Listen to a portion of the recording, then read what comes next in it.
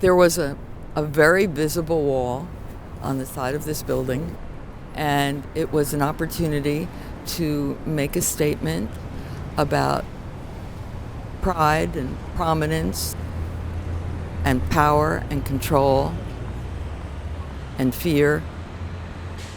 The questions were always the important part of the work to me.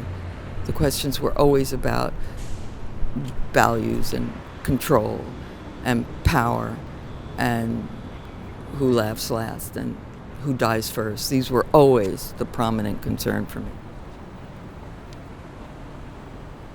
One would hope that in the 30 years since, things would have changed a bit. And things have changed for the good and for the bad and for everything in between.